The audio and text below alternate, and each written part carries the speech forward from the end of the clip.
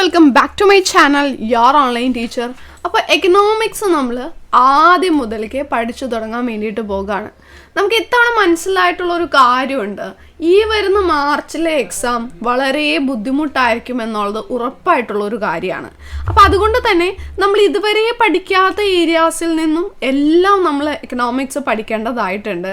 അതിന് നിങ്ങളൊരു 2 months എങ്കിലും കണ്ടിന്യൂസ് ആയിട്ട് ഇൻറ്റൻസ് റിവിഷൻ ചെയ്താൽ മാത്രമാണ് നിങ്ങൾക്ക് ആ രീതിക്ക് അത് പഠിച്ചു തീർക്കാൻ പറ്റുള്ളൂ. കാരണം ഈ ഒരു മന്ത് എന്ന് പറയുന്നത് നിങ്ങൾക്കറിയാം, ഇനി അങ്ങോട്ട് നിങ്ങൾ വളരെ ബിസി ആയിട്ട് ഉള്ളൊരു മന്താണ് നിങ്ങൾക്ക്.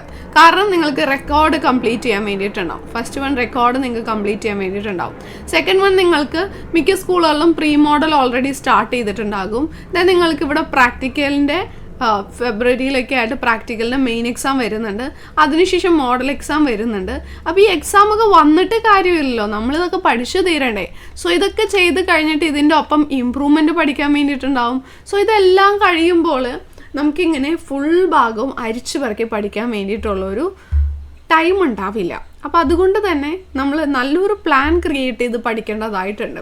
അപ്പോൾ അതിന് വേണ്ടിയിട്ട് നമ്മൾ പുതിയതായിട്ടൊരു ബാച്ച് സ്റ്റാർട്ട് ചെയ്യുകയാണ്. ഓൾറെഡി നമ്മുടെ റണ്ണിങ് ആയിട്ടുള്ള ബാച്ചസിന് പുറമെ എക്സ്ട്രാ ഒരു ബാച്ച്, കാരണം എക്സാം ടഫ് ആകുമെന്ന് ഉറപ്പുള്ളത് കൊണ്ട് എല്ലാ ക്വസ്റ്റ്യൻസ് വന്നാലും നമുക്ക് ചെയ്യാൻ പറ്റുന്ന രീതിയിൽ എല്ലാ ഭാഗവും എക്സാമിന് ഇപ്പോൾ ഡിഫിക്കൽട്ട് ക്വസ്റ്റ്യൻ ഇട്ടാൽ അതെങ്ങനെയായിരിക്കും അങ്ങനെ പഠിച്ചു പോകുന്ന ഒരു ബാച്ചാണിത്. 2 മാസത്തെ ക്ലാസ് ആണ് കേട്ടോ. 1 month കൊണ്ട് കംപ്ലീറ്റ് ആകില്ല, കാരണം 1 month കൊണ്ട് നമുക്ക് എല്ലാ ഭാഗവും പഠിച്ചു തീർക്കാൻ പറ്റില്ല. അപ്പോൾ അതുകൊണ്ട് തന്നെ 2 months നിങ്ങൾ എനിക്ക് തരാണെന്നുണ്ടെങ്കിൽ അക്കൗണ്ടൻസി, എക്കണോമിക്സ്, ബിസിനസ്, ഇംഗ്ലീഷ് ഈ 4 വിഷയങ്ങൾ ഏറ്റവും അടിപൊളിയായിട്ട് ഏത് ചോദ്യവും നിങ്ങൾക്ക് എഴുതാൻ പറ്റുന്ന രീതിയിൽ നമ്മൾ പഠിപ്പിക്കുന്നതാണ്. അപ്പോൾ അതിലേക്ക് 2 months ഒരു സബ്ജക്റ്റിൻ്റെ ഫീസ് വരുന്നത് 999 ആണ്. നിങ്ങൾ അതിൽ ജോയിൻ ചെയ്ത് കഴിഞ്ഞാൽ പിന്നെ നിങ്ങൾക്ക് വേറെ ഒന്നും ചിന്തിക്കേണ്ടി വരില്ല ഈ 4 വിഷയങ്ങളെ പറ്റിയിട്ട്. അതിൽ ലൈവ് ക്ലാസ്സസ് ഉണ്ടാകും, നിങ്ങൾക്ക് അതിൻ്റെ റെക്കോർഡ് ക്ലാസ്സസ് കിട്ടും. എക്സാം ഓറിയൻറ്റഡ് ആയിട്ടുള്ള കോച്ചിങ് ആയിരിക്കും നിങ്ങൾക്ക് കിട്ടുന്നത്. എക്സാമിന് എങ്ങനെയാണ് ആ ക്വസ്റ്റ്യൻ വരുന്നത്, ആ ക്വസ്റ്റ്യൻ വിത്ത് ആൻസർ ആയിട്ട് നമ്മളവിടെ പഠിച്ചു പോകും. നിങ്ങൾക്ക് എപ്പോൾ വേണമെങ്കിലും ലൈവിലും അതല്ലാതെ വാട്സപ്പിലൂടെയും ഡൗട്ട്സ് ക്ലിയർ ചെയ്യാം. നിങ്ങൾക്ക് വേണ്ട മോട്ടിവേഷൻ, മെൻറ്റർഷിപ്പ് എല്ലാം ഇവിടെ അവൈലബിൾ ആയിരിക്കും. ജസ്റ്റ് ഫോർ 999 ഫോർ 2 months കേട്ടോ. 2 months ഫീസാണ് അത് വരുന്നത്. അപ്പോൾ ജോയിൻ ചെയ്യാൻ താല്പര്യമുള്ളവർ എത്രയും പെട്ടെന്ന് അഡ്മിഷൻ എടുത്തോളാം കേട്ടോ. സോ നമ്മൾ മൈക്രോ എക്കണോമിക്സിൻ്റെ ആദ്യം മുതൽക്കേ പഠിച്ചു തുടങ്ങേണ്ട സമയമാണല്ലോ. സോ ആദ്യം മുതൽക്കേ നോക്കുകയാണ്. അപ്പോൾ ഈച്ച് ആൻഡ് എവറി കോർണർ നമ്മൾ പഠിച്ചു പോകണം. 1 മാർക്കിൻ്റെ ക്വസ്റ്റ്യനിൽ ഒന്നും നമ്മുടെ മാർക്ക് പോകാൻ വേണ്ടിയിട്ട് പാടില്ല. സോ എക്കണോമിക്സ് എന്ന വാക്ക് ഇവോൾവ് ആകുന്നത്, എക്കണോമിക്സ് എന്ന വാക്ക് ഉണ്ടായിട്ടുള്ളത് ഗ്രീക്ക് വേർഡായിട്ടുള്ള എക്കോണമിയ എന്ന് പറയുന്ന വാക്കിൽ നിന്നാണ്. അതിൻ്റെ അർത്ഥം വരുന്നത് ഹൗസ് ഹോൾഡ് മാനേജ്മെൻറ്റ് അഥവാ ഗൃഹഭരണം എന്നുള്ളതാണ് അതിൻ്റെ അർത്ഥം വരുന്നത്. 1 മാർക്കിന് ചോദിക്കാവുന്ന ചോദ്യമാണ്, നോട്ട് ചെയ്ത് വെച്ചേക്കുക. ദെൻ അടുത്തത് ഒരുപാട് നാളുകൾ 4 മാർക്കിന് ചോദിച്ചുകൊണ്ടിരുന്ന ഒരു ചോദ്യം, എന്നാൽ കുറേ കാലമായിട്ട് ചോദിക്കാത്തൊരു ചോദ്യമാണ്. ബട്ട് ഇത്തവണ അതുകൊണ്ട് മേ ബി ചോദിച്ചേക്കാം. അതാണ് ഇത്. അതായത് പലതരത്തിലുള്ള എക്കണോമിക്സിലെ ഡെഫിനിഷൻസ്, അതിൻ്റെ ഓതറിൻ്റെ നെയിം, അവരുടെ ബുക്കിൻ്റെ നെയിം, ആ ബുക്ക് പബ്ലിഷ് ചെയ്ത ഇയർ. ഭാഗ്യമുണ്ടെങ്കിൽ 4 മാർക്കിന് ചോദിച്ചാൽ 4 മാർക്ക് കിട്ടും. ഓക്കെ, ഒന്ന് പഠിച്ചു വെച്ചാൽ മതി. സോ ഡെഫിനീഷൻസിൽ ആദ്യത്തെ ഡെഫിനീഷനാണ് wealth definition. Wealth definition Adam Smith ആണ് കൊണ്ടുവന്നത്. An inquiry into the nature and causes of wealth of nations, അതാണ് അദ്ദേഹത്തിൻ്റെ ബുക്കിൻ്റെ പേര്. 1776 ആ ബുക്ക് പബ്ലിഷ് ചെയ്തിട്ടുള്ളത്. അത് അങ്ങനെ തന്നെ പഠിക്കുക, ഡെഫിനീഷൻ ഒന്നും പഠിക്കേണ്ട, അത് മാത്രം പഠിക്കാം. ദെൻ വെൽഫെയർ ഡെഫിനേഷൻ കൊണ്ടുവന്നത് ആൽഫ്രഡ് മാർഷൽ ആണ്. അദ്ദേഹം എഴുതിയ ബുക്കിൻ്റെ പേര് പ്രിൻസിപ്പിൾസ് ഓഫ് എക്കണോമിക്സ് ആണ്. പ്രിൻസിപ്പിൾസ് ഓഫ് എക്കണോമിക്സിലാണ്. ദെൻ അത് 1890 കൊണ്ടുവന്നിട്ടുള്ളത്. ദെൻ അടുത്ത ഡെഫിനീഷനാണ് സ്കേഴ്സിറ്റി ഡെഫിനീഷൻ. സ്കേഴ്സിറ്റി ഡെഫിനീഷൻ കൊണ്ടുവന്നിട്ടുള്ളത് ലയണൽ റോബിൻസ് ആണ്. ആൻഡ് ആ ബുക്ക്, അദ്ദേഹത്തിൻ്റെ ബുക്കിൻ്റെ പേര് an essay on the nature and significance of economics 1932. Then growth definition വളർച്ച. വെൽത്ത് ഡെഫിനീഷൻ്റെ മലയാളം ധനനിർവചനം, വെൽഫെയർ ഡെഫിനീഷൻ്റെ മലയാളം ക്ഷേമ നിർവചനം. ദെൻ സ്കേഴ്സിറ്റി ഡെഫിനീഷൻ ദൗർലഭ്യ നിർവചനം. ദെൻ ഗ്രോത്ത് ഡെഫിനീഷൻ വളർച്ചാ നിർവചനം. ഇത് കൊണ്ടുവന്നിട്ടുള്ളത്, ഗ്രോത്ത് ഡെഫിനീഷൻ കൊണ്ടുവന്നത് പോളി സാമുവൽസൺ ആണ്. എക്കണോമിക്സ് 1964. ഇത് അങ്ങോട്ട് എഴുതിയെടുക്കുക കേട്ടോ. Okay, then list out the reasons for economic problems. ഇനിയിപ്പോൾ നമ്മുടെ ക്ലാസ്സിൽ എടുക്കുന്ന നോട്ട്സ് നിങ്ങൾക്ക് വേണമെന്നുണ്ടെങ്കിൽ വാട്സപ്പ് ഗ്രൂപ്പ് ഉണ്ട്, ഒരു ഗ്രൂപ്പ് ഓൾറെഡി ഫില്ലായി, ദെൻ നെക്സ്റ്റ് ഗ്രൂപ്പ് ഫില്ലാവാറെ നിൽക്കുകയാണ്. അപ്പോൾ ഈ 2 ഗ്രൂപ്പിൽ ജോയിൻ ചെയ്യാത്തവർ ആരെങ്കിലും ഉണ്ടെങ്കിൽ അവർക്ക് വേണ്ടിയിട്ട് ഒരു ഗ്രൂപ്പിൻ്റെ ലിങ്ക് ഞാൻ കൊടുക്കാം. ഓൾറെഡി ജോയിൻ ചെയ്തവർ ഇനി ജോയിൻ ചെയ്യേണ്ട, അല്ലാത്തവർ ആ ഗ്രൂപ്പിലേക്ക് ജോയിൻ ചെയ്യുക. അവിടെ നിങ്ങൾക്ക് ഇതിൻ്റെ നോട്ട്സ് കിട്ടും കേട്ടോ. സോ ഇനി പിന്നെ നമ്മൾ പഠിക്കേണ്ട വളരെ പ്രധാനപ്പെട്ട ഒരു 2 മാർക്കിൻ്റെ ചോദ്യമാണ് list out the reasons for economic problem. സാമ്പത്തിക പ്രശ്നങ്ങളുടെ കാരണങ്ങൾ രേഖപ്പെടുത്തുക. എക്സ്പ്ലെയിൻ ചെയ്യാൻ നിൽക്കേണ്ട, സാമ്പത്തിക പ്രശ്നങ്ങളല്ലാട്ടോ അതിന് കാരണങ്ങളാണ്, മാറിപ്പോകരുത്. 2 മാർക്കിന് ചോദിക്കാവുന്ന ചോദ്യമാണ്. ഒന്നാമത്തെ കാരണം എന്ന് പറയുന്നത് റിസോഴ്സസ് ആർ സ്കേഴ്സ്. വിഭവങ്ങൾ ദുർലഭമാണ്. വിഭവങ്ങൾ ദുർലഭമാണ് കാരണം വളരെ കുറച്ച് വിഭവങ്ങളേ ഉള്ളൂ. Then resources have alternative uses. വിഭവങ്ങൾക്ക് ഒന്നിലധികം ഉപയോഗങ്ങളുണ്ട്, അതും ഒരു കാരണമാണ് പ്രശ്നങ്ങളുടെ. Human wants are unlimited. അതായത് സമ്പദ് വ്യവസ്ഥയുടെ ആവശ്യങ്ങൾ എന്ന് പറയുന്നത് അനന്തമാണ്. അതായത് അൺലിമിറ്റഡ് ആയിട്ടുള്ള ആവശ്യങ്ങൾ, ഒന്ന് കഴിഞ്ഞ് ഒന്നെന്ന് പറഞ്ഞാൽ ഇങ്ങനെ പുറകെ മനുഷ്യർക്ക് ആവശ്യങ്ങൾ വന്നുകൊണ്ടിരിക്കും. And all wants are not equally important. എല്ലാ വാണ്ട്സും എന്തല്ല, ഈക്വലി ഇമ്പോർട്ടൻറ്റും അല്ല. ഇതൊക്കെയാണ് സാമ്പത്തിക പ്രശ്നങ്ങളുടെ കാരണങ്ങൾ വരുന്നത്. 2 മാർക്കിന് നിർബന്ധമായിട്ടും പഠിക്കണം. ഇനി ഒരു സമ്പദ് വ്യവസ്ഥയിൽ നടക്കുന്ന ആക്ടിവിറ്റീസിനെ, പ്രവർത്തനങ്ങളെ 2ആയിട്ടാണ് തരം തിരിച്ചിട്ടുള്ളത്. Economic activities, non economic activities എന്ന് പറഞ്ഞിട്ട്. എക്കണോമിക് ആക്ടിവിറ്റി അഥവാ സാമ്പത്തിക പ്രവർത്തനങ്ങൾ, നോൺ എക്കണോമിക് ആക്ടിവിറ്റി എന്ന് വെച്ചാൽ സാമ്പത്തികേതര പ്രവർത്തനങ്ങൾ. സാമ്പത്തിക പ്രവർത്തനങ്ങൾ എന്ന് വെച്ചാൽ ഒരു പ്രവൃത്തി ചെയ്യുന്നത്, ഒരു ആക്ടിവിറ്റി ചെയ്യുന്നത് അതിൽ നിന്നും വരുമാനം, ഇൻകം ആഗ്രഹിച്ചു കൊണ്ടാണെങ്കിൽ അതാണ് സാമ്പത്തിക പ്രവർത്തനങ്ങൾ അഥവാ എക്കണോമിക് ആക്ടിവിറ്റി.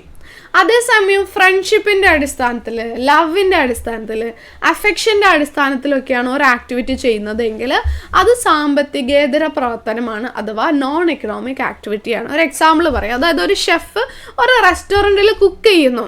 അത് എന്തിനാണ് കുക്ക് ചെയ്യുന്നത്? ആ മാസത്തിൽ കിട്ടുന്ന സാലറി ആഗ്രഹിച്ചുകൊണ്ടാണ്, ഇൻകം ആഗ്രഹിച്ചുകൊണ്ടാണ്. അപ്പോൾ അതൊരു എക്കണോമിക് ആക്ടിവിറ്റി ആകും. ദെൻ ഈ സെയിം ഷെഫ് വീട്ടിൽ ചെന്നിട്ട് തൻ്റെ ഫാമിലിക്ക് വേണ്ടിയിട്ട് കുക്ക് ചെയ്യുമ്പോൾ അതെന്തായിട്ട് മാറും? അത് അവിടെ ഇൻകം ആഗ്രഹിക്കുന്നില്ല. സോ അത് സെയിം 2 സ്ഥലത്തും ചെയ്യുന്നത് കുക്കിംഗ് ആണെങ്കിലും ആദ്യത്തേത് വരുമാനം ആഗ്രഹിച്ചത് കൊണ്ട് അത് എക്കണോമിക് ആക്ടിവിറ്റി ആയിട്ട് മാറും. രണ്ടാമത്തേത് നോൺ എക്കണോമിക് ആക്ടിവിറ്റിയാണ്, കാരണം അവിടെ വരുമാനം ആഗ്രഹിക്കുന്നില്ല. സോ അതൊരു സാമ്പത്തികേതര പ്രവർത്തനമാണ്. പിന്നെ നമുക്ക് 1 മാർക്കിന് ചോദിക്കാവുന്ന ഒരു ചോദ്യമാണ് what are the basic economic activities of life. അടിസ്ഥാന സാമ്പത്തിക പ്രവർത്തനങ്ങൾ ഏതൊക്കെയെന്ന് ചോദിക്കാം. ഒന്ന് നോട്ട് ചെയ്ത് വെച്ചേക്കാം. Production, consumption, distribution, exchange. അതായത് ഉൽപാദനം, ഉപഭോഗം, വിതരണം, വിനിമയം. ഈ 4 ഫിൽ ഇൻ ദ ബ്ലാങ്ക്സ് ഒക്കെ ആയിട്ടും ഒക്കെ ചോദിക്കാൻ ചാൻസ് ഉള്ളതാണ്. ഈ 4 അടിസ്ഥാന സാമ്പത്തിക പ്രവർത്തനങ്ങളായിട്ട് വരുന്നത്. ദെൻ വളരെ പ്രധാനപ്പെട്ട 3-4 മാർക്കിൻ്റെ ചോദ്യമാണ് central problems of an economy. സമ്പദ് വ്യവസ്ഥ അഭിമുഖീകരിക്കുന്ന കേന്ദ്ര പ്രശ്നങ്ങൾ എന്തൊക്കെ? ആദ്യത്തേതാണ് what to produce and in what quantity. എന്ത് ഉൽപ്പാദിപ്പിക്കണം, അത് ഏത് അളവിൽ ഉൽപ്പാദിപ്പിക്കണം. ഇത് വളരെ ഇമ്പോർട്ടൻ്റ് ആണ്, നോട്ട് ചെയ്ത് വെച്ചേക്കാം. അതായത് ഓരോ സമ്പദ് വ്യവസ്ഥ, ഓരോ എക്കോണമി നമ്മൾ എടുത്ത് നോക്കുകയാണെന്നുണ്ടെങ്കിൽ അവർക്ക് ഇൻഫിനിറ്റ് ഗുഡ്സ് ആൻഡ് സർവീസസ് ആവശ്യമുള്ളത്, അനന്തമായ സാധനങ്ങളും സേവനങ്ങളും ആവശ്യമുണ്ട്. ചിലപ്പോൾ ഫുഡ് ഐറ്റംസ്, ഭക്ഷണ സാധനങ്ങളാവാൻ വേണ്ടത്, ചിലപ്പോൾ എഡ്യൂക്കേഷണൽ ഇൻസ്റ്റിറ്റ്യൂഷൻസ്, വിദ്യാഭ്യാസ സ്ഥാപനങ്ങളായിരിക്കാം വേണ്ടത്, അല്ലെങ്കിൽ പ്രതിരോധത്തിന് ആവശ്യമായിട്ടുള്ള ആയുധങ്ങൾ, ഡിഫൻസ് എക്യുപ്മെൻറ്റ്സ് ആയിരിക്കാൻ വേണ്ടത്. അങ്ങനെ പലതും ഉണ്ട്. എല്ലാം ഉൽപ്പാദിപ്പിക്കാൻ വേണ്ടിയിട്ട് പറ്റില്ല അല്ലേ? കാരണം എന്താ? വിഭവങ്ങൾ ദുർലഭമാണ്, റിസോഴ്സസ് സ്കേഴ്സ് ആണ്. അപ്പോൾ എന്തുൽപ്പാദിപ്പിക്കണം, അത് ഏത് അളവിൽ ഉൽപ്പാദിപ്പിക്കണം എന്നുള്ളതാണ് ആദ്യത്തെ പ്രശ്നം. ഏത് അളവിൽ ഉൽപ്പാദിപ്പിക്കണം എന്ന് പറഞ്ഞാൽ എ എന്ന് പറഞ്ഞ ഒരു സാധനം ഉൽപ്പാദിപ്പിച്ചാൽ ബിയിലേക്ക് പിന്നെ കൊടുക്കാൻ നമ്മുടെ കയ്യിൽ സാധനങ്ങൾ കുറവായിരിക്കും. ഇപ്പോൾ 10 ലക്ഷം രൂപയാണ് ക്യാഷായിട്ട് ഒരാളുടെ കയ്യിലുള്ളത്. അതിൽ 6 ലക്ഷം രൂപ എ ഉണ്ടാക്കാൻ എടുത്തെങ്കിൽ പിന്നെ 4 ലക്ഷം രൂപ ബി ഉണ്ടാക്കാനുള്ളൂ. ഒന്നിലേക്ക് എടുത്താലും മറ്റൊന്നിലേക്കുള്ളത് കുറഞ്ഞു പോകും. അപ്പം അതുകൊണ്ട് തന്നെ എന്തുൽപ്പാദിപ്പിക്കണം, അത് ഏത് അളവിൽ ഉൽപ്പാദിപ്പിക്കണം എന്നുള്ളതാണ് ആദ്യത്തെ പ്രശ്നം. അതൊക്കെ നമ്മൾ സോൾവ് ചെയ്ത് കഴിഞ്ഞ് വന്നാൽ രണ്ടാമത് വരുന്ന പ്രശ്നമാണ് ഏത് അളവിൽ ഹൗ ടു പ്രൊഡ്യൂസ്, എങ്ങനെ ഉൽപ്പാദിപ്പിക്കണം എന്നുള്ളത്. എങ്ങനെ ഉൽപ്പാദിപ്പിക്കണം, ഇവിടെ വരുന്നത് ടെക്നോളജിയാണ്. അതായത് ഏത് സാങ്കേതിക വിദ്യയാണ് നമ്മൾ ഉപയോഗിക്കേണ്ടത് ഉൽപാദനത്തിന് വേണ്ടിയിട്ട്, അതാണ് ഇവിടെ പ്രശ്നം വരുന്നത്. 2 തരത്തിലുള്ള ടെക്നോളജിയാണുള്ളത്. ഒന്ന് ലേബർ ഇൻറ്റൻസീവും, 2 ക്യാപിറ്റൽ ഇൻറ്റൻസീവും. ലേബർ ഇൻറ്റൻസീവ് എന്ന് പറഞ്ഞിട്ടുണ്ടെങ്കിൽ തൊഴിൽ നിബിഡമാണ്. അതായത് ഇവിടെ തൊഴിലിനാണ് ഇമ്പോർട്ടൻസ് കൊടുക്കുന്നത്.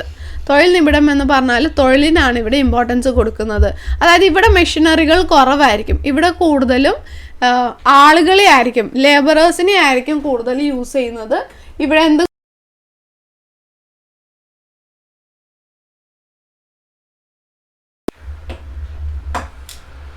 അതുകൊണ്ടാണ് ഇതിനെ തൊഴിൽ നിബിഡം എന്ന് പറയുന്നത്. രണ്ടാമത്തേതാണ് ക്യാപിറ്റൽ ഇൻറ്റൻസീവ്. ക്യാപിറ്റൽ ഇൻറ്റൻസീവ് എന്ന് പറഞ്ഞിട്ടുണ്ടെങ്കിൽ മൂലധന നിബിഡമാണ്. ക്യാപിറ്റൽ ഇൻറ്റൻസീവ് എന്ന് വെച്ചാൽ മൂലധന നിബിഡം. അതായത് ഇവിടെ മൂലധനം ക്യാപിറ്റലിനാണ് ഇമ്പോർട്ടൻസ് കൊടുക്കുന്നത്. കൂടുതൽ മെഷീനറീസ് ഇവിടെ ഉണ്ടാകും, ജോലിക്കാർ വളരെ കുറവായിരിക്കും. അപ്പോൾ ഇതാണ് ക്യാപിറ്റൽ ഇൻറ്റൻസീവ്. അപ്പോൾ ഇത് ഓരോ രാജ്യങ്ങളനുസരിച്ചിട്ട് ഇതിലെടുക്കുന്ന ടെക്നോളജി മാറിക്കൊണ്ടിരിക്കും. ഇപ്പോൾ ഇന്ത്യ പോലുള്ള ഒരു രാജ്യമൊക്കെയാണെന്നുണ്ടെങ്കിൽ ഇവിടെ വളരെ ചീപ്പ് റേറ്റിന് ലേബറേഴ്സിന് കിട്ടുന്നത് കൊണ്ട് ലേബർ ഇൻറ്റൻസീവ് ആയിരിക്കും ഇന്ത്യയിൽ യൂസ് ചെയ്യുക കൂടുതലും.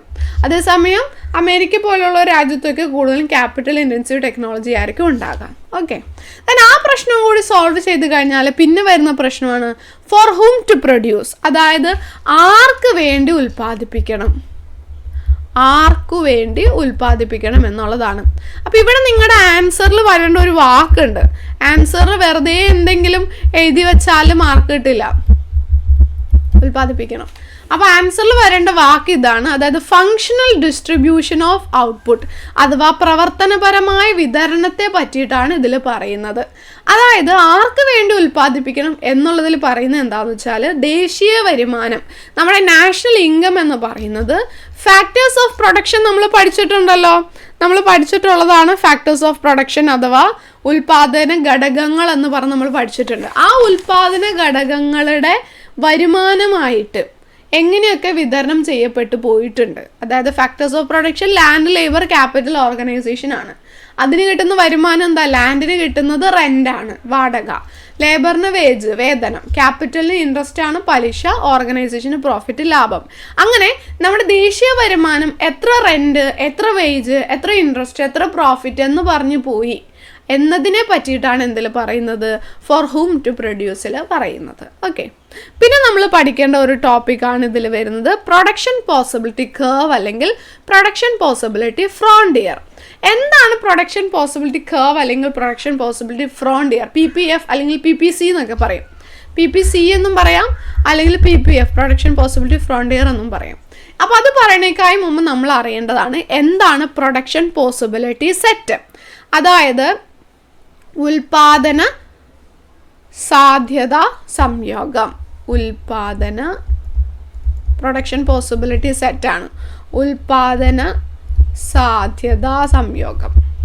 ഓക്കെ, അതായത് സിമ്പിളാണ്. അതായത് നമ്മുടെ കയ്യിലുള്ള ഗിവൺ ലെവൽ ഓഫ് ടെക്നോളജി, നമ്മുടെ കയ്യിലുള്ള സാങ്കേതിക വിദ്യയും നമ്മുടെ കയ്യിൽ അവൈലബിൾ ആയിട്ടുള്ള റിസോഴ്സസ്, വിഭവങ്ങൾ ഉപയോഗിച്ചുകൊണ്ട് നമ്മൾക്ക് ഉൽപ്പാദിപ്പിക്കാൻ പറ്റുന്ന സാധനങ്ങളുടെ മുഴുവൻ കോമ്പിനേഷൻ കേട്ടോ, അതിനെയാണ് പ്രൊഡക്ഷൻ പോസിബിലിറ്റി സെറ്റ് അഥവാ ഉൽപാദന സാധ്യതാ സംയോഗം എന്ന് പറയുന്നത്. ഇപ്പോൾ സേ ഫോർ എക്സാമ്പിൾ, നിങ്ങളുടെ കയ്യിൽ നിങ്ങളുടെ പാരൻസ് ഒരു 500 rupees തന്നിട്ട് പറയുകയാണ്, നിങ്ങളുടെ വീട്ടിൽ ഗസ്റ്റ് വരുന്നുണ്ട്, അപ്പോൾ നിങ്ങളോട് പറയാണ് കുറച്ച് ആപ്പിളും ഓറഞ്ചും വാങ്ങിച്ചുകൊണ്ട് വരാൻ വേണ്ടിയിട്ട് നിങ്ങളോട് പറയാണ്. അപ്പോൾ എത്ര ആപ്പിളാണ് എത്ര ഓറഞ്ചാണ് വാങ്ങിക്കേണ്ടത് എന്ന് പറഞ്ഞിട്ടില്ല. കുറച്ച് ആപ്പിൾ വാങ്ങിക്കാനേ പറഞ്ഞിട്ടുള്ളൂ, എത്ര വാങ്ങിക്കണം എന്നുള്ളത് നിങ്ങളോട് പറഞ്ഞിട്ടില്ല. അപ്പോൾ നിങ്ങൾ ഓർക്കാണ് എന്നൊരു കാര്യം ചെയ്യാം, നിങ്ങൾക്ക് ആപ്പിൾ ഇഷ്ടമല്ല, അപ്പോൾ ആപ്പിൾ വാങ്ങിക്കേണ്ട, കയ്യിലുള്ള പൈസ 500 രൂപ മുഴുവനും ഉപയോഗിച്ചുകൊണ്ട് എന്ത് ചെയ്യാം, മൊത്തം എടുക്കുകയാണെങ്കിൽ നമുക്ക് 5 കിലോ ഓറഞ്ച് കിട്ടും, 5 കിലോ ഓറഞ്ച് മേടിക്കാം. അതല്ലെങ്കിൽ അത് ആദ്യത്തെ കോമ്പിനേഷനാണ് കേട്ടോ, 0.5 എന്നുള്ളത്. അല്ലെങ്കിൽ പിന്നെ ആലോചിക്കുകയാണ് 1 കിലോ, ഇത് ക്വാണ്ടിറ്റീസ് ആണ്, കിലോ കണക്കാണ് കേട്ടോ, അളവാണ് പറയുന്നത്, ക്വാണ്ടിറ്റീസ് ആണ് ഇതെല്ലാം പറയുന്നത്. അപ്പോൾ 1 കിലോ ആപ്പിൾ മേടിക്കാം, 1 ആപ്പിളല്ല 1 കിലോ ആപ്പിൾ. അപ്പോൾ 1 കിലോ ആപ്പിൾ എടുക്കുകയാണെങ്കിൽ പിന്നെ ബാക്കി പൈസയ്ക്ക് 3 കിലോ ഓറഞ്ച് കിട്ടുള്ളൂ. 2 കിലോ ആപ്പിൾ വാങ്ങിക്കുകയാണെങ്കിൽ ഓറഞ്ചിൻ്റെ ആപ്പിളിൻ്റെയൊക്കെ വില വെച്ചിട്ട് പിന്നെ ബാക്കി 1 കിലോ ഓറഞ്ച് കിട്ടുള്ളൂ. 3 കിലോ ആപ്പിൾ വാങ്ങിച്ചാൽ പിന്നെ ഓറഞ്ച് വാങ്ങിക്കാൻ നമ്മുടെ കയ്യിൽ പൈസയില്ല. അപ്പോൾ അങ്ങനെ അതിൻ്റെ ഒരു കോമ്പിനേഷൻ വരുന്നത്. അപ്പോൾ ഇത് ഓരോരോ ഗുഡ്സ് അനുസരിച്ച് വ്യത്യാസം വരും. ഇപ്പം ഞാനിവിടെ ജസ്റ്റ് ഒരു എക്സാമ്പിൾ വെച്ചതാണ്. അപ്പോൾ ഇങ്ങനെയുള്ള ഈ കോമ്പിനേഷൻ ഉണ്ടല്ലോ, ABCD എന്നുള്ള ഈ കോമ്പിനേഷൻസ്, ഇതെല്ലാം കൂടി ചേർത്ത് അതിന് പറയുന്നതാണ് പ്രൊഡക്ഷൻ പോസിബിലിറ്റി സെറ്റ് അഥവാ ഉൽപാദന സാധ്യതാ സംയോഗം. ഇനി ഇതിന് നമ്മൾ ഒരു ഗ്രാഫിലേക്ക് പ്ലോട്ട് ചെയ്യുകയാണെങ്കിൽ നമുക്കൊരു കേർവ് കിട്ടും. ആ കേർവിനെയാണ് നമ്മൾ പ്രൊഡക്ഷൻ പോസിബിലിറ്റി കേർവ് അഥവാ ഉൽപാദന സാധ്യതാ വക്രം എന്ന് പറയുന്നത്. ഉൽപാദന സാധ്യത വക്രം എന്ന് നമ്മൾ അതിനെയാണ് പറയുന്നത് കേട്ടോ. ഓക്കെ, പിന്നെ ഇതിൽ നമ്മൾ പഠിക്കേണ്ട വേറൊരു കാര്യമുണ്ട്. എന്താണ് അവസര ചെലവ് അഥവാ മാർജിനൽ ഓപ്പർച്യൂണിറ്റി കോസ്റ്റ്, MOC. എന്താണ് MOC അഥവാ മാർജിനൽ ഓപ്പർച്യൂണിറ്റി കോസ്റ്റ് എന്നുള്ളത്? അപ്പോൾ മാർജിനൽ ഓപ്പർച്യൂണിറ്റി കോസ്റ്റ് എന്ന് പറഞ്ഞാൽ സിമ്പിളാണ്. ഈ ഗുഡ് വൺ നമ്മൾ കൂടുതൽ ഉപയോഗിക്കാൻ വേണ്ടിയിട്ട്, കിട്ടാൻ വേണ്ടിയിട്ട് ഗുഡ് ടു നമ്മളിവിടെ കുറച്ച് സാക്രിഫൈസ് ചെയ്തിട്ടുണ്ട്. അതായത് ആദ്യം ഇവിടെ ശ്രദ്ധിക്കുകയാണെങ്കിൽ അറിയാൻ വേണ്ടിയിട്ട് സാധിക്കും. അതായത് ആദ്യം ഇവിടെ 5 കിലോ ഓറഞ്ച് ആയിരുന്നു കിട്ടിയിരുന്നത്. പിന്നെ 1 കിലോ ആപ്പിൾ കിട്ടാൻ വേണ്ടിയിട്ട് നമ്മൾ ഓറഞ്ച് 3 കിലോ നമുക്ക് കിട്ടുള്ളൂ എന്നായി. അപ്പോൾ ഇവിടെ 2 കിലോ നമ്മൾ എന്ത് ചെയ്തു? 2 കിലോ അവിടെ സാക്രിഫൈസ് ചെയ്യേണ്ടി വന്നു. പിന്നെ 3 കിലോ മാറി, പിന്നെ ആപ്പിൾ മേടിച്ചപ്പോൾ നമുക്ക് 1 കിലോ ഓറഞ്ച് കിട്ടിയുള്ളൂ. അപ്പോൾ ഇവിടെ നമുക്ക് എന്ത് പറ്റി? 2 കിലോ ഓറഞ്ച് നമുക്ക് നഷ്ടപ്പെട്ടു. പിന്നെ ആപ്പിൾ വാങ്ങിച്ചപ്പോൾ നമുക്ക് ഒട്ടും ഓറഞ്ച് ഇല്ലാത്ത അവസ്ഥയായി. അപ്പം നമ്മുടെ അവിടെ നിന്ന് 1 0 ആയെന്ന് പറഞ്ഞപ്പോൾ 1 നഷ്ടപ്പെട്ടു. അപ്പം അങ്ങനെ ആ ഒരു ഗുഡ് ടു ഉണ്ടല്ലോ, ഗുഡ് ടു എന്തുമാത്രം നമ്മൾ സാക്രിഫൈസ് ചെയ്തു, എന്തുമാത്രം നമ്മൾ ത്യജിച്ചു, അതിനെയാണ് അവസര ചെലവ് എന്ന് പറയുന്നത്. അപ്പോൾ നിങ്ങൾക്കൊരു ക്വസ്റ്റ്യൻ തന്നിട്ട് മാർജിനൽ ഓപ്പർച്യൂണിറ്റി കോസ്റ്റ് അഥവാ അവസര ചെലവ് കണ്ടുപിടിക്കാൻ പറഞ്ഞാൽ നിങ്ങൾ എന്ത് ചെയ്താൽ മതി? ആദ്യത്തേത് നോക്കണ്ട, ഗുഡ് വൺ നോക്കണ്ട. ഗുഡ് ടൂവിൽ നിങ്ങൾ കുറച്ച് കൊണ്ടുപോയാൽ മതി. ആദ്യമില്ല, പിന്നെ 5 ആയിരുന്നത് 3 എന്ന് പറയുമ്പോൾ 2 അവിടെ നഷ്ടം വന്നു. 3 ആയത് 1 ആയപ്പോൾ 2 നഷ്ടം വന്നു. 1 ആയത് 0 ആയപ്പോൾ 1 നഷ്ടം വന്നു. അപ്പോൾ ആ ഗുഡ് ടു കുറച്ച് മാത്രം പോയാൽ നിങ്ങൾക്ക് MOC മാർജിനൽ ഓപ്പർച്യൂണിറ്റി കോസ്റ്റ് അഥവാ അവസര ചെലവ് കിട്ടും. പിന്നെ നമ്മൾ PPCയിൽ നിന്ന് വളരെ പ്രധാനമായിട്ട് പഠിക്കേണ്ട ഒന്നാണ് PPCയിലെ പോയിന്റ്സ്. ഓരോ പോയിന്റും എന്തിനെ സൂചിപ്പിക്കുന്നു എന്നുള്ളത്. അപ്പോൾ ഇതും ആദ്യം കുറേ കാലങ്ങളിലൊക്കെ സ്ഥിരമായിട്ട് ക്വസ്റ്റ്യൻ പേപ്പറിൽ 3 മാർക്കിന് വന്നുകൊണ്ടിരുന്ന ഒരു ചോദ്യമായിരുന്നു. പക്ഷെ ഇപ്പോൾ കുറേ നാളായിട്ട് ചോദിക്കാറില്ല. അപ്പോൾ ഇനി ചോദിക്കാൻ ചാൻസ് ഉണ്ട്.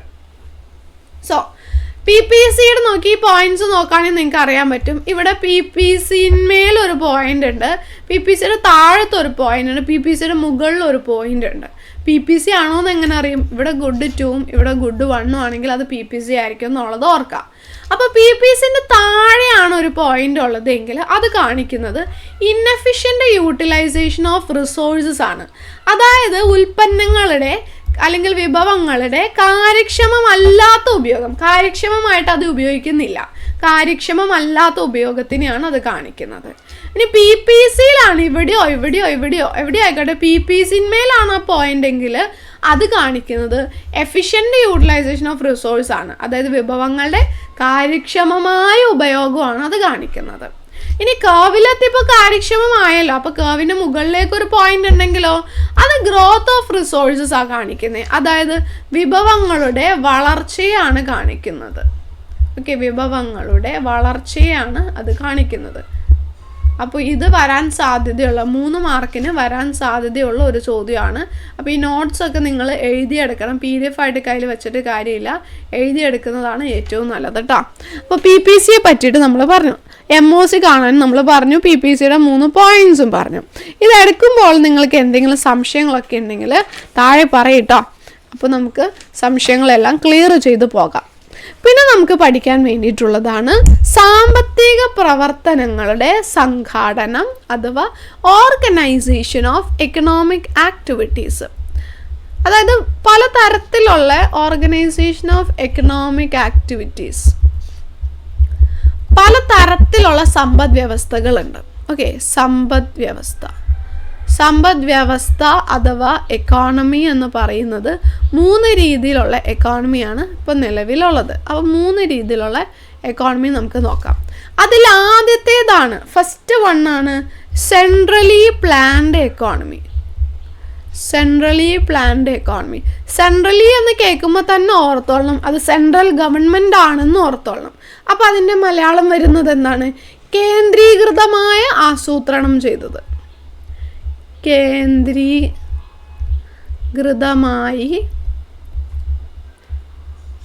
ആസൂത്രണം ചെയ്ത സമ്പദ് വ്യവസ്ഥ, അഥവാ ഇതിന് പറയുന്ന മറ്റൊരു പേരാണ് സോഷ്യലിസ്റ്റ് എക്കോണമി. എല്ലാം ഒന്ന് തന്നെയാണ്, മാറിപ്പോകരുത് കേട്ടോ. സോഷ്യലിസം ഗവൺമെൻറ് ആണല്ലോ, അപ്പോൾ സോഷ്യലിസ്റ്റ് എക്കോണമി എന്നൊക്കെ ഓർത്തോളാം. അപ്പോൾ socialist economy, centrally planned economy, കേന്ദ്രീകൃതമായ ആസൂത്രണം ചെയ്ത എക്കോണമി എന്നൊക്കെ പറഞ്ഞാൽ ഒന്ന് തന്നെയാണെന്ന് ഓർത്തോളാം. അതാണ് ആദ്യത്തെ type of economy.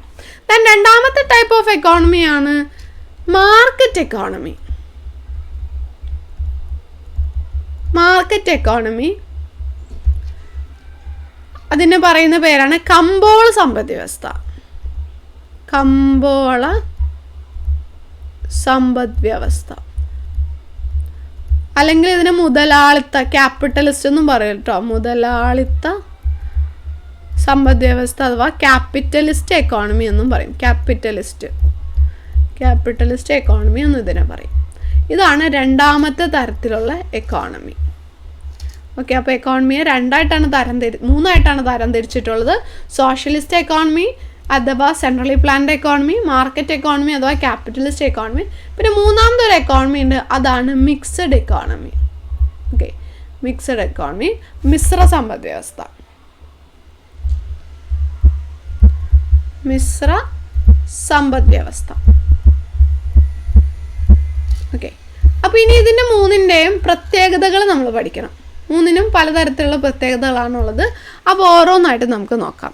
Socialist economy അഥവാ സെൻട്രലി പ്ലാൻഡ് എക്കോണമി എന്ന് പറയുമ്പോൾ ആ പേരിൽ നിന്ന് തന്നെ നമ്മൾ മനസ്സിലാക്കി എടുക്കേണ്ടതായിട്ടുണ്ട്.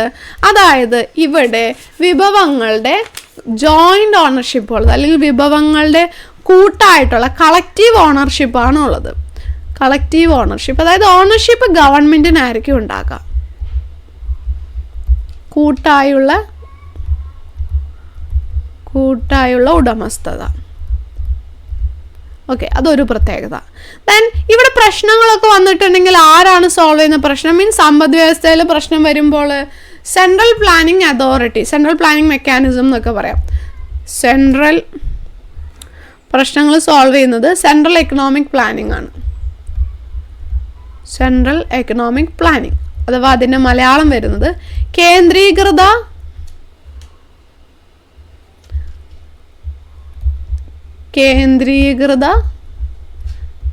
സാമ്പത്തികാസൂത്രണം.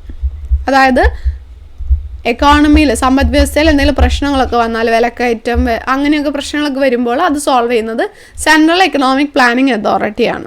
പിന്നെ ഇവിടെ എന്ന് പറയുമ്പോൾ ഗവൺമെൻറ് ആണ് ഇവിടെ ഓണർഷിപ്പും കാര്യങ്ങളും ഉള്ളത്. അതുകൊണ്ട് ഇവിടെ എന്തുണ്ടാവില്ല? ലാക്ക് ഓഫ് കോമ്പറ്റീഷൻ ആണ്. ലാക്ക് ഓഫ് കോമ്പറ്റീഷൻ എന്ന് പറഞ്ഞാൽ മത്സരത്തിൻ്റെ അഭാവം. ഇവിടെ മത്സരം ഉണ്ടാവില്ല. കാരണം ഗവൺമെൻറ്റിന് അങ്ങനെ ലാഭം വേണ്ടല്ലോ, ആളുകൾക്ക് സർവീസ് ചെയ്യുക എന്നുള്ളതായിരിക്കും ഗവൺമെൻറ്റിൻ്റെ ലക്ഷ്യം. അപ്പോൾ അതുകൊണ്ട് ഇവിടെ മത്സരം ഉണ്ടാവില്ല, ലാക്ക് ഓഫ് കോമ്പറ്റീഷൻ. പിന്നെ എന്താണ്, ഇപ്പോൾ പറഞ്ഞതുപോലെ തന്നെ മാക്സിമം സോഷ്യൽ വെൽഫെയർ ആയിരിക്കും ഇവരുടെ ഉദ്ദേശം വരുന്നത്. Maximum social welfare. ഇത് ഫിൽ ഇൻ ദ ബ്ലാങ്ക്സ് ഒക്കെ ആയിട്ട് തരാവുന്നതാട്ടോ. അപ്പോൾ അതുകൊണ്ട് നിങ്ങൾ എഴുതിയെടുത്തോളാം. പരമാവധി സാമൂഹ്യക്ഷേമം, ഇതാണ് ഇതിൻ്റെ പ്രത്യേകത. ഇനി ഇതിൻ്റെ നേരെ ഓപ്പോസിറ്റ് ആണ് എന്ത് വരുന്നത്? ക്യാപിറ്റലിസ്റ്റ് എക്കോണമി വരുന്നത്. ക്യാപിറ്റലിസ്റ്റ് എക്കോണമിയിൽ ഓണർഷിപ്പ് വരുന്നത് ആർക്കാണ്? ഗവൺമെൻറ്റിനല്ല. ഇവിടെ ക്യാപിറ്റലിസ്റ്റ് എക്കോണമിയിൽ ഓണർഷിപ്പ് വരുന്നത് പ്രൈവറ്റ് ഇൻഡിവിജ്വൽസിനാണ്. പ്രൈവറ്റ് പ്രോപ്പർട്ടിയാണ് സാധനങ്ങളെല്ലാം. ഓക്കെ, എല്ലാം പ്രൈവറ്റ് പ്രോപ്പർട്ടിയാണ്, അതായത് സ്വകാര്യ സമ്പത്താണ്, സ്വകാര്യ വ്യക്തികളുടെ സമ്പത്താണ്. ദെൻ ഇവിടെ പ്രശ്നങ്ങൾ വന്നാൽ സോൾവ് ചെയ്യുന്നത് ആരാണ്? സെൻട്രലി പ്ലാൻഡ് എക്കോണമിയിൽ സെൻട്രൽ എക്കണോമിക് പ്ലാനിങ് അതോറിറ്റി ആയിരുന്നു. ഇവിടെ പ്രശ്നങ്ങൾ സോൾവ് ചെയ്യുന്നത് പ്രൈസ് മെക്കാനിസത്തിലൂടെയാണ്. പ്രൈസ് മെക്കാനിസം, അതായത് വില മെക്കാനിസം. ഡിമാൻഡും സപ്ലൈയും എങ്ങനെയൊക്കെയാണ് എന്നൊക്കെ നോക്കിയിട്ടാണ് ഇവിടെ പ്രശ്നങ്ങൾ സോൾവ് ചെയ്യുന്നത്. ഇനി ഇവിടെ പ്രൈവറ്റ് ആയിട്ടുള്ള വ്യക്തികളുടേതാണല്ലോ, അപ്പോൾ പിന്നെ എന്തായിട്ടുണ്ടാവും? ഹൈ കോമ്പറ്റീഷൻ ആയിരിക്കും ഉണ്ടാകുക. മത്സര സ്വഭാവം, വളരെ വലിയ തരത്തിലുള്ള മത്സരമായിരിക്കും ഇവിടെ ഉണ്ടാകുക. ഓക്കെ, പിന്നെ വരാണെന്നുണ്ടെങ്കിൽ സോഷ്യൽ വെൽഫെയർ ആയിരിക്കും ഇവരുടെ ലക്ഷ്യം. അല്ല, ഇവരുടെ ലക്ഷ്യം എന്തായിരിക്കും? പ്രോഫിറ്റ് ആയിരിക്കും ഇവരുടെ ലക്ഷ്യം, ലാഭലക്ഷ്യം. ഓക്കെ, ഇവിടെ ഗവൺമെൻറ് ഇടപെടലുകളും കുറവായിരിക്കും. ഇതിൻ്റെ രണ്ടിൻ്റെയും കൂടി പ്രത്യേകതകൾ ചേർന്ന് വരുന്നതാണ് എന്ത് മിക്സഡ് എക്കോണമി. അപ്പോൾ എന്താണ്, ഗവൺമെൻറ് ഓണർഷിപ്പ് ഉണ്ട്, പ്രൈവറ്റ് പ്രോപ്പർട്ടി ഉണ്ട്, എക്കണോമിക് പ്ലാനിങ്ങും ഉണ്ട്, പ്രൈസ് മെക്കാനിസം ഉണ്ട്. കോമ്പറ്റീഷൻ ഉണ്ടാകും, എന്നാൽ ഗവൺമെൻറ് ഒരു കൺട്രോളും ഉണ്ടാകും. ഗവൺമെൻറ്റിൻ്റെ ലക്ഷ്യം സോഷ്യൽ വെൽഫെയർ ആയിരിക്കും, പ്രൈവറ്റ് വ്യക്തികളുടെ ലക്ഷ്യം ലാഭമായിരിക്കും, പ്രോഫിറ്റ് മോട്ടീവ് ആയിരിക്കും. രണ്ടും കൂടി മിക്സ് ചെയ്ത് എഴുതിയാൽ മിശ്ര സമ്പദ് വ്യവസ്ഥ, മിക്സഡ് എക്കോണമിയുടെ പ്രത്യേകതകളാകും. പിന്നെ അടുത്തത് വരുന്നതാണ്, പിന്നെ നമുക്കിവിടെ 2 മാർക്കിന് ചോദിക്കാവുന്ന ഒരു ക്വസ്റ്റ്യൻ ആണ്. 2 തരത്തിലുള്ള എക്കണോമിക് അനാലിസിസ് 2 തരത്തിലുള്ള എക്കണോമിക് അനാലിസിസ് ആണുള്ളത്. അതായത് പോസിറ്റീവ് എക്കണോമിക്സും നോർമേറ്റീവ് എക്കണോമിക്സും.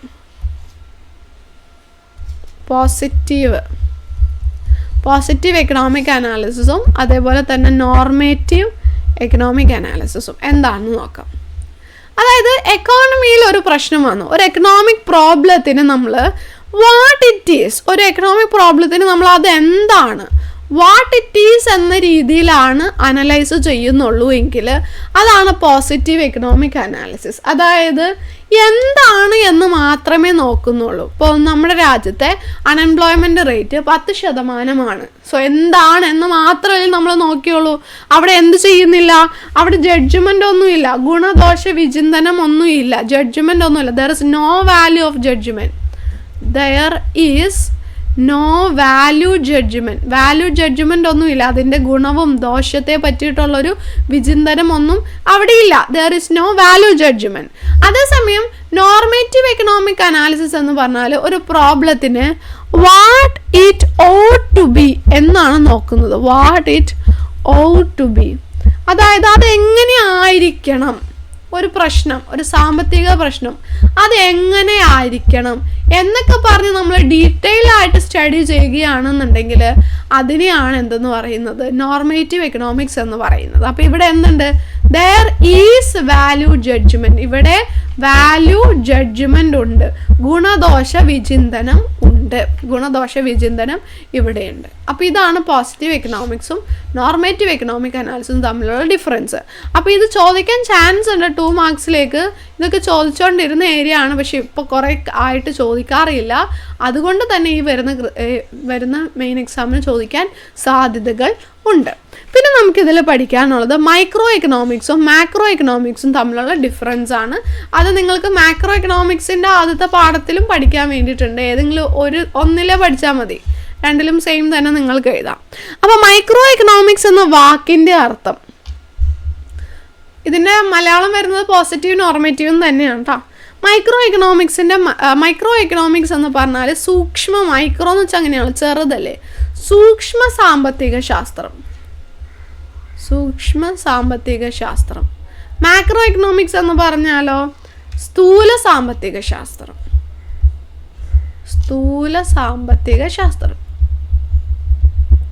ഓക്കെ, അപ്പോൾ ഇത് രണ്ടും തമ്മിലുള്ള വ്യത്യാസം ഫസ്റ്റ് ആ പേരിൽ നിന്ന് തന്നെ നമുക്ക് മനസ്സിലാക്കാം. അതായത് രണ്ടിലും എന്തിനെ പറ്റിയിട്ടാണ് പറയുന്നത്, മൈക്രോ എന്ന വാക്കിൻ്റെ അർത്ഥം സ്മോൾ, ചെറുതെന്നാണ് അർത്ഥം. അപ്പോൾ എന്താണ്, ചെറിയ കാര്യങ്ങളെ, സമ്പദ് വ്യവസ്ഥയിലെ ചെറിയ കാര്യങ്ങളെ പറ്റിയിട്ടാണ് ഇവിടെ പഠിക്കുന്നത്, വിശകലനം ചെയ്യുന്നത്. മാക്രോ എന്ന വാക്കിൻ്റെ അർത്ഥം വലുതെന്നാണ്. അപ്പോൾ ഇതിൻ്റെ അർത്ഥം എന്താണ്, സമ്പദ് വ്യവസ്ഥയിലെ വലിയ മാക്രോ എക്കണോമിക് ഏജൻസ് ആയിട്ടുള്ള ഗവൺമെൻറ്, RBI ഇതിനെയൊക്കെ പറ്റിയിട്ടാണ് ഇവിടെ പഠിക്കുന്നത്. പിന്നെ പറയുകയാണെന്നുണ്ടെങ്കിൽ ചെറിയ യൂണിറ്റുകളെ, ചെറിയ യൂണിറ്റുകളെ പറ്റിയിട്ട് പഠിക്കുന്നു. ചെറിയ യൂണിറ്റുകളെ പറ്റിയിട്ട് പഠിക്കുന്നു. ഇവിടെ വലിയ യൂണിറ്റുകളെ പറ്റിയിട്ടാണ് പഠിക്കുന്നത്. പിന്നെ ഇതിൽ മെയിനായിട്ട് പഠിക്കുന്നത്, ഇവിടെ മെയിനായിട്ട് സബ്ജക്റ്റ് മാറ്റർ ഇതിന് വരുന്നത് എന്താണെന്ന് വെച്ചിട്ടുണ്ടെങ്കിൽ പ്രൈസ് മെക്കാനിസം, പ്രൈസ് ഡിറ്റർമിനേഷൻ, ഇതിലെ study area price determination, demand theory, supply theory, ഇങ്ങനെയുള്ള കാര്യങ്ങളൊക്കെ പറ്റിയിട്ടാണ് ഇതിൽ പഠിക്കുന്നത്. ഡിമാൻഡ് തിയറി, സപ്ലൈ തിയറി, ഇങ്ങനെയുള്ള ചെറിയ ചെറിയ കാര്യങ്ങളെ പറ്റിയിട്ടാണ് ഇതിൽ പഠിക്കുന്നത്. അതേസമയം മാക്രോ എക്കണോമിക്സിൽ പഠിക്കുന്നത് GDP, GNP, personal income, personal disposable income, GVA, ഇങ്ങനെയുള്ള വലിയ വലിയ കാര്യങ്ങളെ പറ്റിയിട്ടാണ് പഠിക്കുന്നത്. ഇതിനെ പ്രൈസ് തിയറി എന്നറിയപ്പെടുന്നു. മൈക്രോ എക്കണോമിക്സ് പ്രൈസ് തിയറി എന്നറിയപ്പെടുന്നു. മാക്രോ എക്കണോമിക്സ് അഗ്രിഗേറ്റ് എക്കണോമിക്സ്, മൊത്തമായത് അഗ്രിഗേറ്റ് എക്കണോമിക്സ് എന്നും ഇതിനെ അറിയപ്പെടുന്നു. ഓക്കെ, അപ്പോൾ ഇതൊക്കെയാണ് തമ്മിലുള്ള വ്യത്യാസം വരുന്നത്. അപ്പോൾ ഇത്രയും കാര്യങ്ങൾ പഠിച്ചാൽ നമ്മുടെ മൈക്രോ എക്കണോമിക്സിൻ്റെ ആദ്യത്തെ പാഠം നമ്മുടെ ക്ലിയർ ആകും. ഓക്കെ, അപ്പോൾ അതിൽ നിങ്ങൾക്ക് ബാച്ചിലേക്ക് അഡ്മിഷൻ എടുക്കുകയാണെന്നുണ്ടെങ്കിൽ കുറച്ചുകൂടി ഡീറ്റെയിൽഡ് ആയിട്ട് കാര്യങ്ങൾ അവിടെ പഠിക്കാൻ വേണ്ടിയിട്ട് സാധിക്കും. അപ്പോൾ ബാച്ചിലേക്ക് അഡ്മിഷൻ എടുക്കാൻ താല്പര്യമുള്ളവർ താഴെ കാണുന്ന വാട്സപ്പ് നമ്പറിൽ ഒന്ന് കോൺടാക്റ്റ് ചെയ്താൽ മതി കേട്ടോ. ഓക്കെ, അപ്പോൾ ബൂസ്റ്റർ ബാച്ചിലേക്ക് അഡ്മിഷൻ എടുത്താൽ ഉറപ്പായിട്ടും നിങ്ങൾക്ക് അതൊരു വർത്തി ആയിരിക്കും. നിങ്ങൾക്ക് എല്ലാ ഭാഗങ്ങളും അടിപൊളിയായിട്ട് പഠിച്ചു പോകാൻ വേണ്ടിയിട്ട് സാധിക്കും. അപ്പോൾ നമ്മുടെ വീഡിയോ ഹെൽപ്ഫുൾ ആയോ എന്നുള്ളത് താഴെ കമൻറ്റ് ചെയ്യാം കേട്ടോ. താങ്ക്